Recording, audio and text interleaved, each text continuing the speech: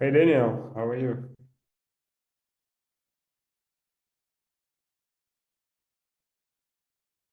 Oh, sorry, I was muted. I'm doing good. How are you? Awesome. We can start because we're already live. So, hey everyone, welcome to today's AMA, our second version. Hopefully today everything will be fine. So we are live with Daniel Stevens, founder of Deep3 Labs, the team that building AI actually reads raw blockchain data, not just charts or Twitter, which provides a lot of benefits. So Daniel, the mic is yours. Describe us what you do in plain English. Yeah, I think you described the high level pretty well. We're one of the only teams in the industry that is training our own AI and machine learning models using the data inside the blockchain. And when you really step back and think about what that means, I think it becomes pretty obvious. Every major data domain out there has AI models that are built to understand it. Text, images, video, even specialty domains like medicine and proteins. Blockchain doesn't have that. We don't have any AI models that have been truly trained on crypto data. And that's a big problem because when you look inside the blockchain, if you look at a transaction, there's no words in there. There's no text in there. And that's what large language models are trained to understand. And so if you go and you put a transaction into ChatGPT or Claude, it will tell you what happened in that transaction, but it has no context to tell you any more than that. It can't tell you why that transaction was significant or explain what is likely to happen next. It can't tell you why that wallet is either acting normally or abnormally, or that contract is acting abnormally or normally. And that kind of context is incredibly powerful information. It can create better security. It can create, I think, better learning curves so that people can understand crypto faster. The implications of something like this are endless. And yet here we are, 12, 13 years into blockchain and several years into this AI boom. And there really aren't many teams out there. They're actually trying to train their own models using the data inside the blockchain. Yeah, great, Daniel. Thanks for this like pretty simple description of what you do.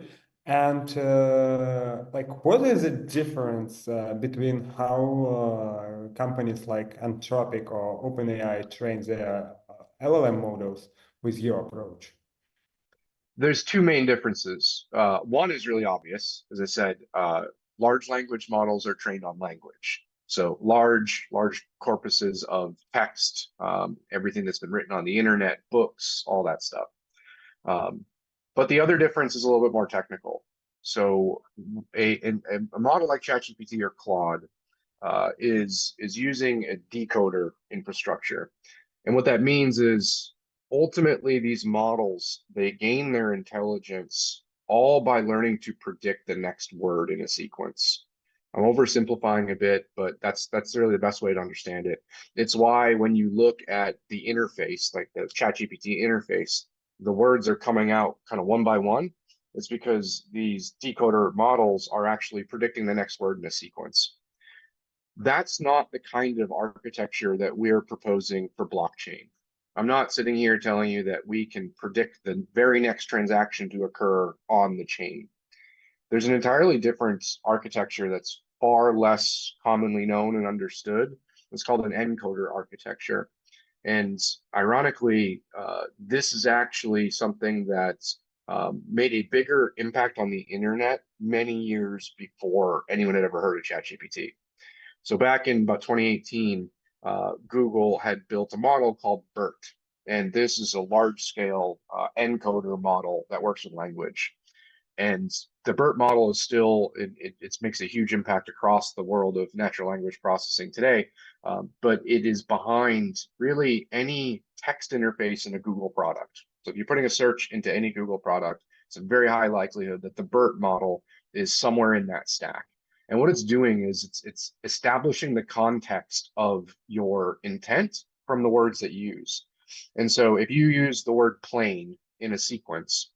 This model is going to help Bert understand that you mean the thing that flies and not a flat surface, right? We understand the meaning of individual words by the words around them. That kind of encoder architecture applies perfectly to blockchain. And that contextual understanding is exactly what I mentioned in the top. So if you develop one of these large scale encoder models on blockchain data, what you have is the ability to establish essentially infinite context of a given transaction or contract or really anything that happens on chain. And again, that context is everything. I can put a complicated DeFi trade and one of the most recent hacks, on Etherscan and line them up right next to each other, and they're going to look a lot the same. The difference between them is context. And today, we don't have good large scale intelligence to understand that context in real time. It's one of the main reasons there's so many hacks out there today. In fact, many of the recent hacks, we believe, very simple AI architecture could have actually stopped them. And so this idea of understanding that the entire world of AI is not just ChatGPT. There is a whole family of large-scale neural networks that do operate on the internet today and can apply to blockchain perfectly. To me, that's a really important avenue to the kind of mainstream adoption that everyone in the industry wants. And so, to kind of go back to the beginning of the question here, the biggest difference between the work that we do and the large frontier labs like Anthropic and OpenAI is kind of hidden behind a bit of technicality, but that technicality is crucially important to understanding not just what we do, but what the potential is for user experiences on Web3, for AI on Web3, and we need to break out of this this kind of rut of just thin wrapping ChatGPT to create the next agent. We need to develop our own native intelligence in the blockchain industry if we're going to really tackle major problems like mainstream adoption. Mm-hmm. Yeah, like that's that's huge, basically. And you mentioned one thing that I'm curious to know more about. So you mentioned that it can help us to prevent exploits and hacks. And considering recent news about Zcash exploit, like can you maybe showcase how what we can do here to prevent such an event? So I'm not familiar with the Zcash hack well enough to speak specifically to that one, but there's always a general application of these kinds of models for these events. In almost every case that I've seen, there is a contract or a wallet that is behaving so abnormally that you don't even need a neural network to establish that deviance. Um, and we have to hand wave at certain current technological limitations. You would need to have one of these AI models operating fast enough and at a deep enough level in the protocol to actually make a difference.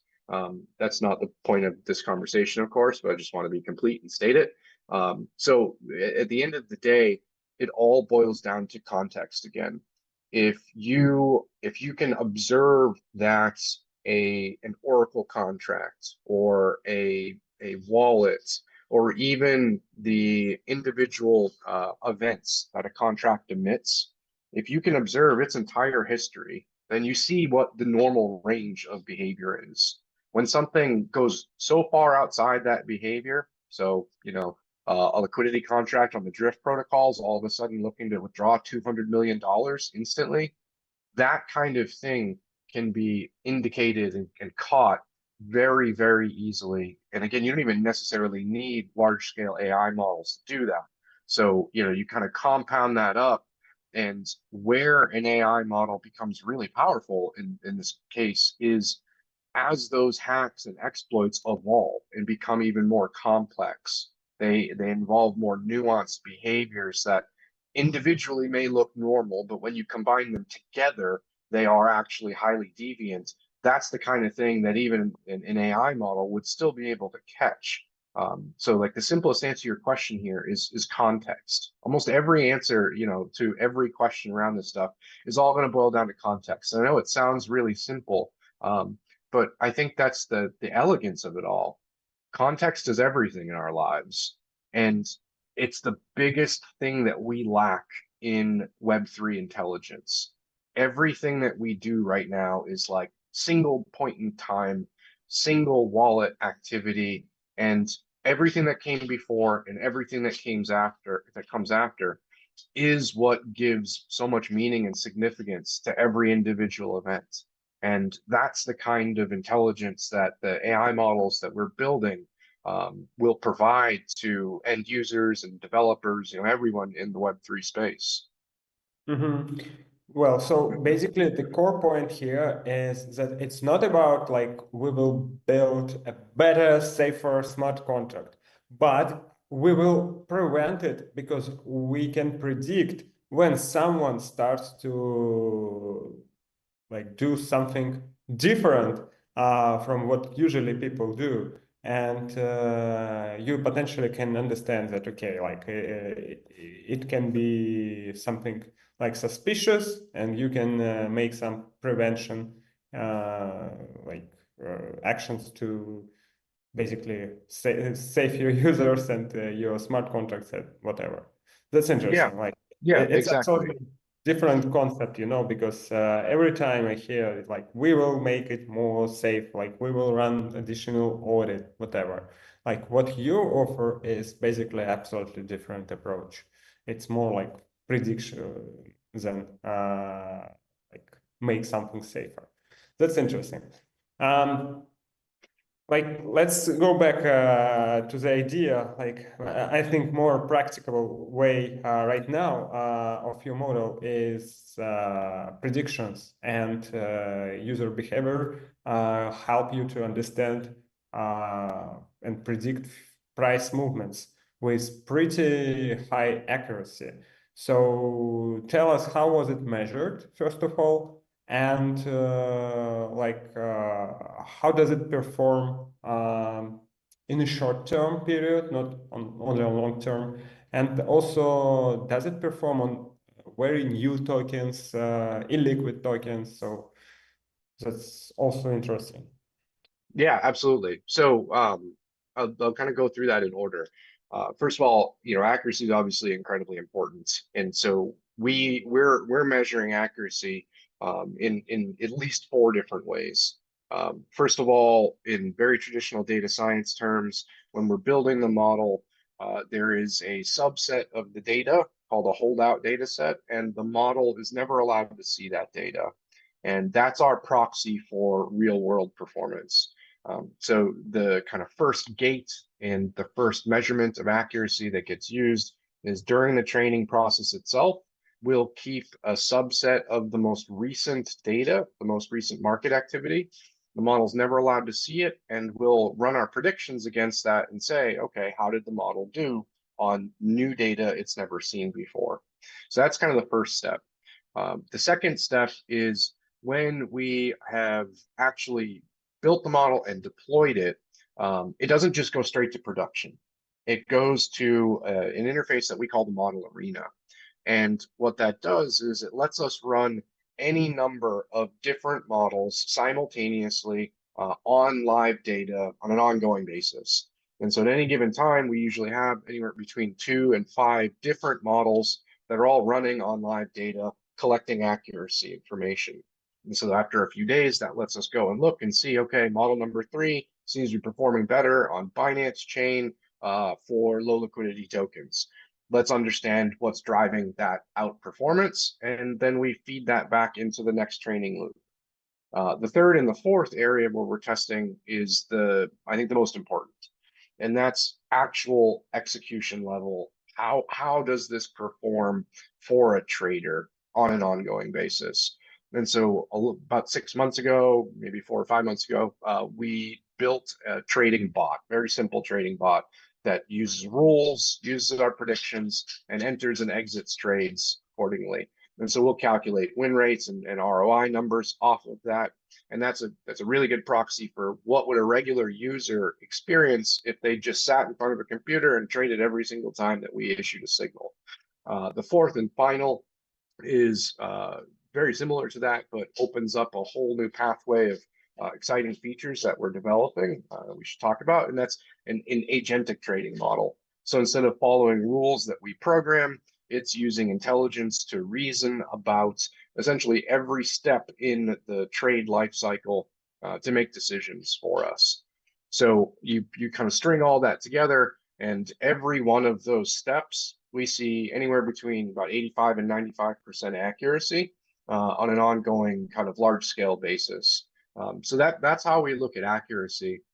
I think to understand where our models perform extraordinarily well, it makes sense to actually talk a bit about how they work and how what we do is so different. Most algorithms out there are doing what I would call as a top-down approach. So they're looking at, charts or large-scale macroeconomic indicators, and they're trying to predict what the future token price will look like using that data. We use the exact opposite approach. We use a bottom-up approach. So our machine learning stack actually starts by predicting individual wallet behaviors and then rolling those all up into token level, market level price predictions. And we do that, I think, in for very obvious reasons, right? If you knew what every single trader on the NASDAQ or the NYSE, if you knew what every single one of them was going to trade today, you would have a very good idea of what prices were going to go up and what prices are going to go down. And the blockchain is a really unique sort of opportunity in that regard, because especially if you just think about tokens that are trading on decentralized exchanges, we can actually observe what every single participant in that market is doing, and we can do it in real time. And that's the foundation for how Hoku works. And so, this idea of, or this question of where do our models perform really well on, stems directly from that. Most of the time, it's the big tokens and the large markets that agents and algorithms are really good at predicting. In our case, it's the exact opposite.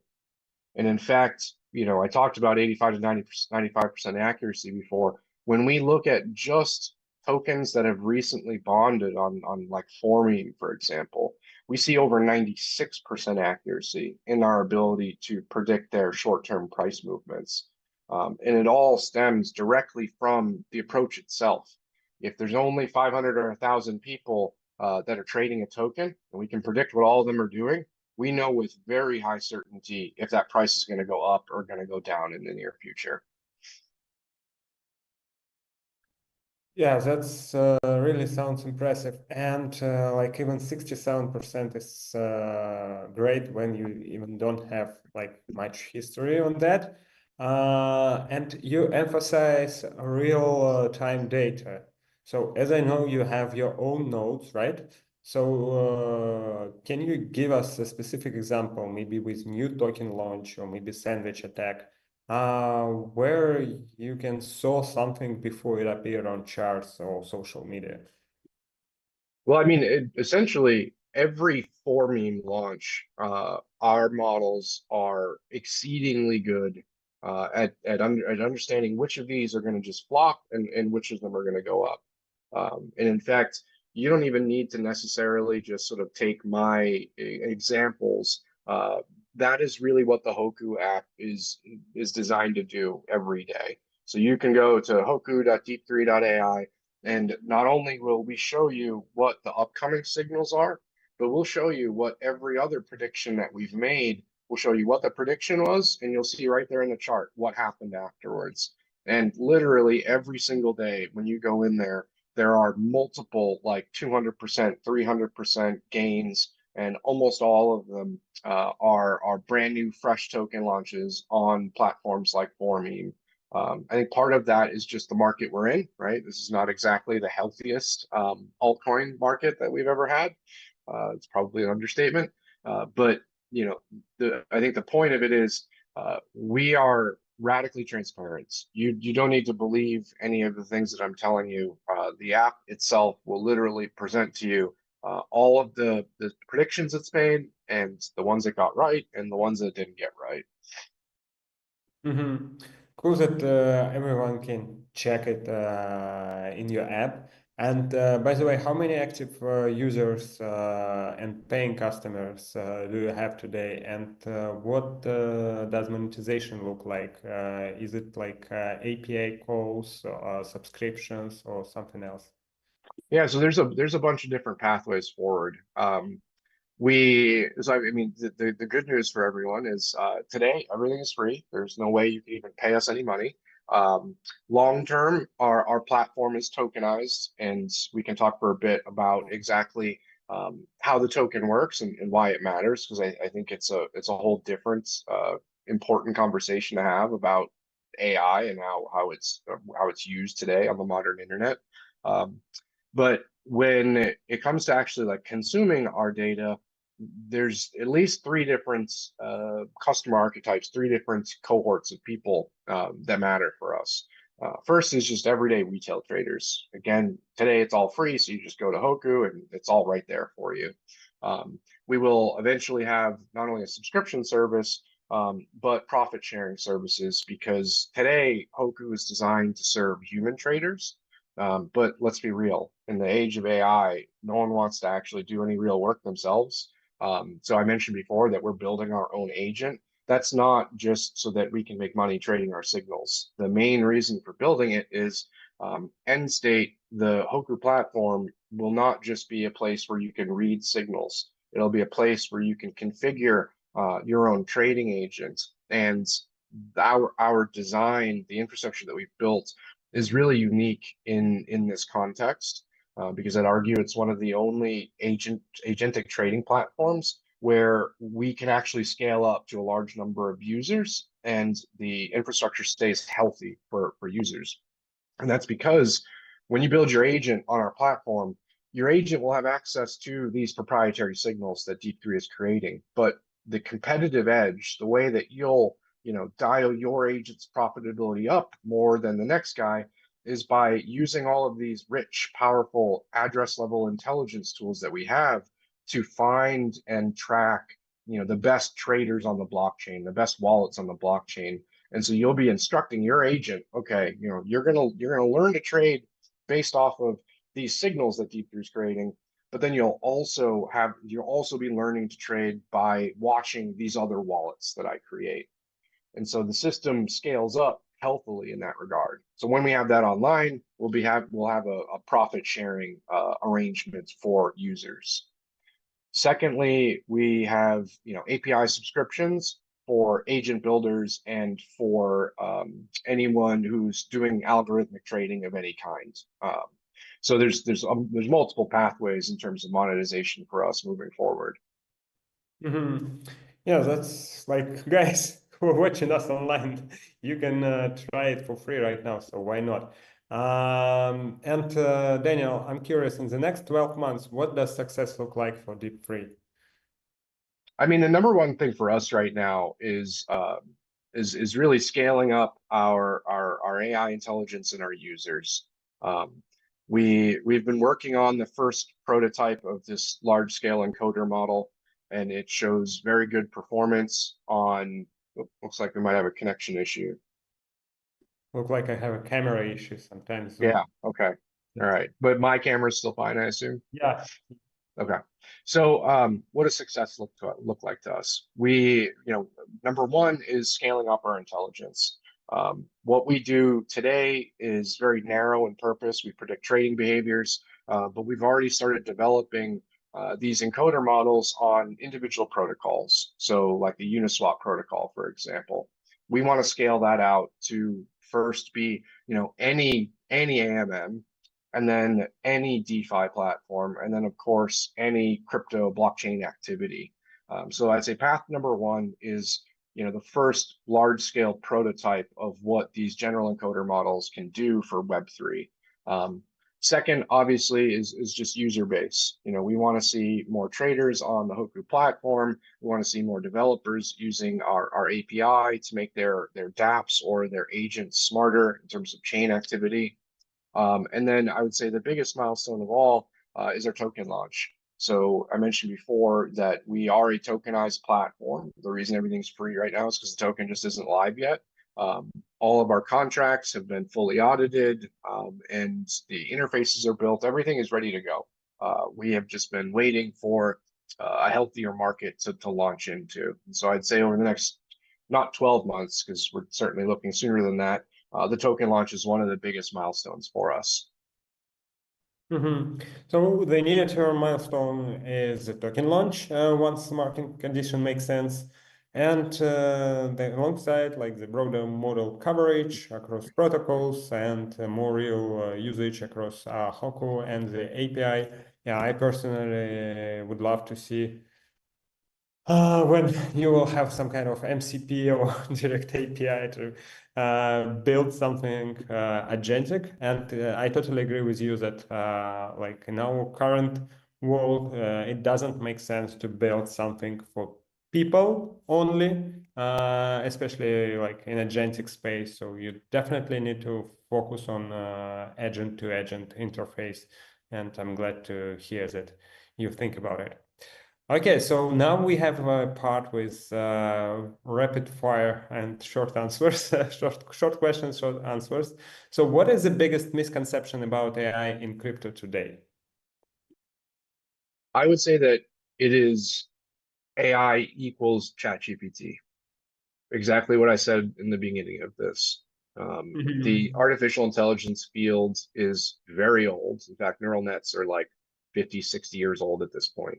And the AI and machine learning community has been developing incredibly powerful tools for more than the whatever 4 years ChatGPT has been alive. Yeah, I agree with you. Yeah, like absolutely, people have in mind that AI means like ChatGPT or some kind of that, but it's just like a large language model. And there are different types of models, even in like other cases. So yeah, I think many people still misconcept that. One metric you will obsess over after the next update. Oof. Um, AUC, so the area under the receiver operating characteristic curve. We are modelers at heart, and that is a North Star. Cool. Cool. If a big player wanted to acquire Deep3 tomorrow, what's your number? Uh, it is more dollars than exist in the world. We would not sell at this point. So you're more like idealistic founder, not just like build it for money. I love it. Yeah, What is the yeah. hardest, yeah, what is the hardest technical thing you've built so far? I mean, I think it's our price prediction suite. This is a radically simple idea that people that have been trading for a long time in traditional markets, it's been their holy grail, and it's been out there and within reach in the blockchain industry for years, and no one's built it, not until we came along. So I would say it's the fundamental approach and the modeling pipeline that produces the signals inside of Hoku. This is a holy grail for traders, and we're seeing this accuracy with uh, effectively a prototype. Like there is so much more that we can do in terms of improving accuracy, and we're just scratching the surface right now and seeing those kinds of results. Yeah, it's like the biggest challenge for everyone because like the biggest brains work on that, and like quant industry is HFT industry is one of the biggest one in the world. So yeah, I agree. It's really uh, hardest technically to achieve something sustainable and great. You can do it like here, maybe the first thing I want to highlight that you build the whole system different because usually what people do, like they try to predict prices based on history, on indicators, and like this kind of news.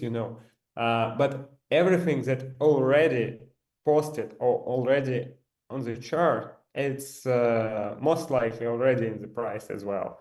What you do, it's basically like you can even track insider behavior and so on, and based on that, make decisions directly from chain, not like when it's publicly appeared. So yeah, that's interesting concept. What is your advice to anyone building on-chain AI agents right now? Oof, that's a really good one. Um, I would say I would say it is, and this may not be quite so rapid fire. I would say it is make sure that what you're building has moat. And what I mean by that is imagine a world where, we've achieved AGI. These agents are endlessly capable. And then ask a simple question. Does your product still have a reason to exist? Because in my opinion, the biggest risk that 9 out of 10 crypto AI startups and probably 7 out of 10 broader AI startups face is, they're building on rented land. They're building on top of frontier models that are getting smarter and faster every single day. And every one of the large frontier labs has the same goal to generalize their intelligence. What does that mean? It means one AI system model, however you want to think about it, that can do everything. Well, if it can do everything, that probably means it can do the same thing that your agent, your company, depends on having some degree of edge with. And so when you're building an agent or any kind of business that's on top of these frontier models, I think it's crucial to always be asking yourself, like, what's my moat? If in 2 years from now or even less, the rate things are going, the frontier model that I'm building on top of is more capable, is cheaper, is faster, whatever. Uh, will my business still need to exist? That is what is going to put the vast majority of AI startups out of business. It's the frontier models they build on will literally just displace the need for their startup. Mm-hmm. Yeah, that's amazing, and I totally agree with you. Like I call it arbitrage between like people who already start use AI and still like there are a lot of people who never tried AI or even like maybe tried something once again like ask ChatGPT, for example, but that's it. And they do not realize all functionality that it has now. So for that people, there are such apps like like take a photo of your food and get calories, but basically your AI can do it in a second. You don't need separate app and separate subscription for that. It just arbitrage on people who still don't figure it out yet. But I think yes, this gap will close soon. For people who build such product to make money in short term, like, okay, I cannot judge them, but I also think it's not sustainable. So you should have real mode if you build something, or like don't build it. Find better idea. Okay, like now we have questions from the community side. By the way, guys who are watching us online, you still can ask questions in the comments, and I will ask them. So first one is, in a couple years, can normal user train and earn from their own models on your platform? Yes, absolutely. Glad you asked. So the whole idea behind a general encoder model is effectively that it's kind of like the transportation problem, right? You have a last mile of delivery that gets tough because there's a ton of variance in there. There's a ton of different locations. The same thing exists in machine learning. When you're developing a prediction, you can kind of think about it in the same way. You can build a single model that gets you 90% of the way there. And that 90% applies to a massive range of individual prediction problems. But for your specific business or your DApp, you might say, hey, like, I want to understand what a user is going to do on a um, launch pad that runs on Binance chain and is focused on infrastructure tokens and has this, unique mix of customers as a result. Well, we don't have the ability to develop a model that specific. We would just be a consulting company if that was the case. But a large scale general encoder, because it understands context and behavior in such general terms, it provides 90% of the predictive power to answer that very narrow question. And so our kind of end state goal has always been that you, as a non-technical user, so no code, no data science knowledge, are able to come onto our platform. And because we have this large-scale general intelligence already built, and we have a massive amount of data already cleaned and indexed and prepared for training in kind of a few point-and-click interfaces, you would be able to go and train that very narrow, bespoke prediction product and easily deploy it out to your infrastructure. The reason that we don't talk about it quite so much today is, well, the industry hasn't figured this out yet. Like, for some reason, the industry has not realized that these kinds of prediction exercises using AI and machine learning to predict what users want, what they'll buy, what they'll click, what they'll trade, whatever, was the key to success on Web 2.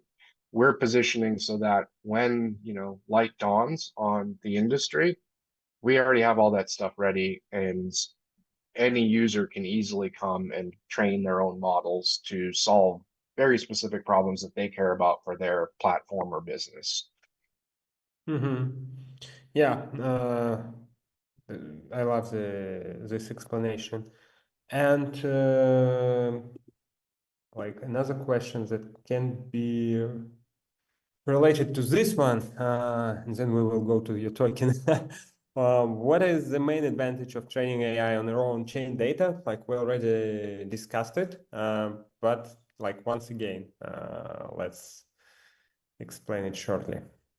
Yeah, I mean, I think it's the difference between explanation and prediction, right? Today's products can explain what happened.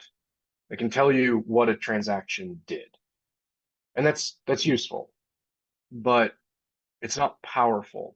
It's not going to lead to a user experience or a business capability that attracts more users, makes more profit, right? Things that we care about. What does create that environment, what does create those capabilities is prediction. It's forecasting, it's knowing what is going to happen and providing what that is directly to the user before they even know they want it or need it. Um, when you train on the data inside the blockchain, because that is effectively user behavior, it's what users have done in the past, that lets any app or any Web3 business predict what's likely to happen next or what that user is likely to want. And that's the difference between, the Web 1 user experience in the 90s and the massively successful Web 2 experience of like the late aughts. Um, Facebook was the most dominant platform on the internet and managed to attract 17-year-olds and 70-year-olds because of its machine learning. They figured out how to use their user data and make sure that very different types of people found exactly what they wanted very quickly and very easily on their platform. That's the massive key to success that Web 2 figured out.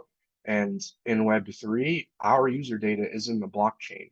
So the reason I said before that like there's not a dollar amount on earth that I would sell this company for today, it's because we haven't gotten to the place where Web 3 is even competing on that yet. We're that early to this problem. And I would argue that when we do get to that place, a company like Deep3 Labs will have such a massive head start that it'll be very difficult for anyone to actually compete with us. Yeah, and that's really big insight because like Web 2 won this race because of like they analyze every step, every user behavior and provide the best like user experience you can even imagine. And Web 3 even didn't start it yet. So yeah, if Web3 starts competing on predictive user experience instead of just access and transparency, I think it's changed the whole industry. Okay, so next question is much more simple. Like, which new blockchain will Hoku add in the next 6-12 months? Oh, okay. We're looking at Arbitrum, Solana, and Hyperliquid are the three that are kind of in the queue right now. Arbitrum and Hyperliquid have the advantage of being architecturally more similar to what we have right now. But Solana has always been, our white whale.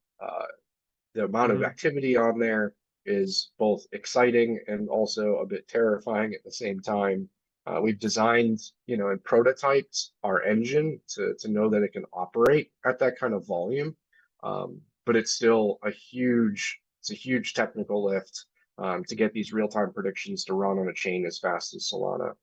So I'd like to say that it's Solana, but just to kind of put it in perspective, we would probably spend the same amount of money and resources to integrate Solana as we would at least 3, if not 4, additional EVM chains like Arbitrum and Hyperliquid. Yeah, like Solana is huge, but in my opinion, Hyperliquid now is more important, and it provides you not only data for like Web3, but also for Web2, because many assets right now, like commodities and stocks, especially on weekend and when main markets are closed, like Hyperliquid now is the main platform for that. Also for like pre-IPO deals, let's say, and valuation companies. It also, like even Wall Street now, check Hyperliquid before they start trading on NASDAQ or NICE or whatever. Then that's crazy. It's like a huge shift. So when you will provide prediction here, I think it's also very important and valuable, especially like even for institutions. So that's absolutely next step. Okay, like we also briefly discussed that one of the main milestones for you is launching your token. So here's a good question regarding that. How will revenue be shared between token holders, data providers, and model creators? Yeah, so this is an excellent question. The short version is that when a user chooses to stake a Deep3 token, the yield that they earn is a breakdown of any fees that are generated by APIs, apps, models, etc. So the current plan is that we'll take about 15% of the fee generation and burn it. I believe the company will keep somewhere around 10%, and the balance would go to the creator of the model in that kind of larger user-generated model framework. And before I had said that our token has a kind of a unique reason to exist, and that's because today, while we as a user base, every internet user are creating all of the data that these large companies are using to train these highly profitable models, we tend to not really get anything back in return. And that is one of the things that the sort of constellation of technologies in Web3 is perfectly designed to solve. The same pipes that carry the information can also carry economic value. And so we've always seen our token as a way to demonstrate a much more sustainable and fair system of economics for large-scale AI ingestion. So this is an excellent question. We could talk for hours about the sort of specifics around the token structure.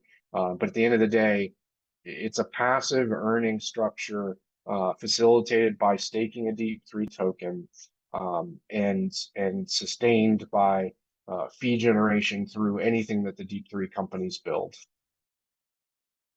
Yeah, I love the idea and the concept, how you like carefully think about that, because like I talk to many founders that basically like treat token as a separate business, which it basically is. And if you build something, like it should be sustainable, first of all, to provide value for your token as well. And yeah, like here in agentic economy, I think this model should work well. And like you even need to think how properly incentive and like also spendings when we talk about AI to AI interface, not just like a user interface. It's additional like challenge, but I think it's interesting to work on. Yeah, I mean, we've been, it's not exaggeration to say that we have been to some degree designing this token system for about 6 years. Um, we've been we're very fortunate to have a high-level PhD economist specialist in game theory working with us and a close friend of mine. And we've been designing this token ecosystem for longer than the Deep3 companies even existed. The smart contracts and the market simulations, we ran those for over a year. So this is we have put an exorbitant amount of time into the token design for Deep3.